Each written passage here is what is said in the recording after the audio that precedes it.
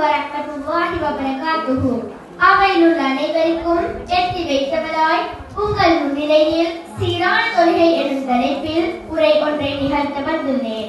தொழுகை இஸ்லாத்தில் ஐம்பெரும் கடமைகளில் இரண்டாம் கடமையாகும். தொழாதவனுக்கு இஸ்லாத்தில் எவ்வித பங்கும் இல்லை. தொழாதவன் பெரும் பாவியாக கணிக்கப்படுவான்.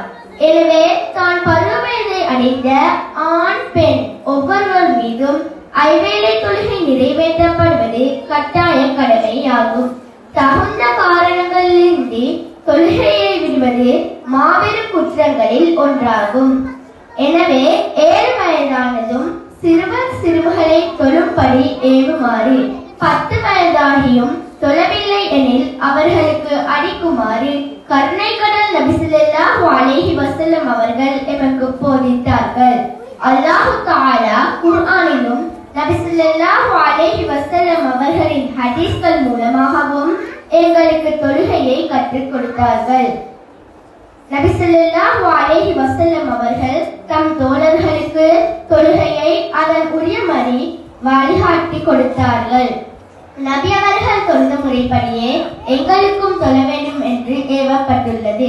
தொழுகை ஓர் இபாதத்தாகும். அதை நாம் விரும்பியபடி நிறைவேற்றவோ அதில் கூட்டவோ குறைக்கவோ ஏதாவது செய்யவோ கூடாது. நபி ஸல்லல்லாஹு அலைஹி வஸல்லம் அவர்கள் கூறினார்கள், முஃமினுக்கும் காஃபிருக்கும் இடையிலுள்ள வேறுபாடு தொழுகையை விடுவதாகும்.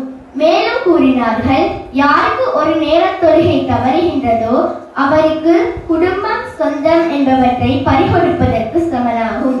மேலும் தொழுகையை பேணுதலாக தொழுது வரும் முஃமின் இம்மையிலும் நன்மையிலும் பல நன்மைகளை பெறுவான். எனவே நாமும் தொழுகையை பேணுதலாக தொழுது சுவனம் நுழைவோம் என கூறி எனது உரையை நிறைவு செய்கிறேன். வஸ்ஸலாம்.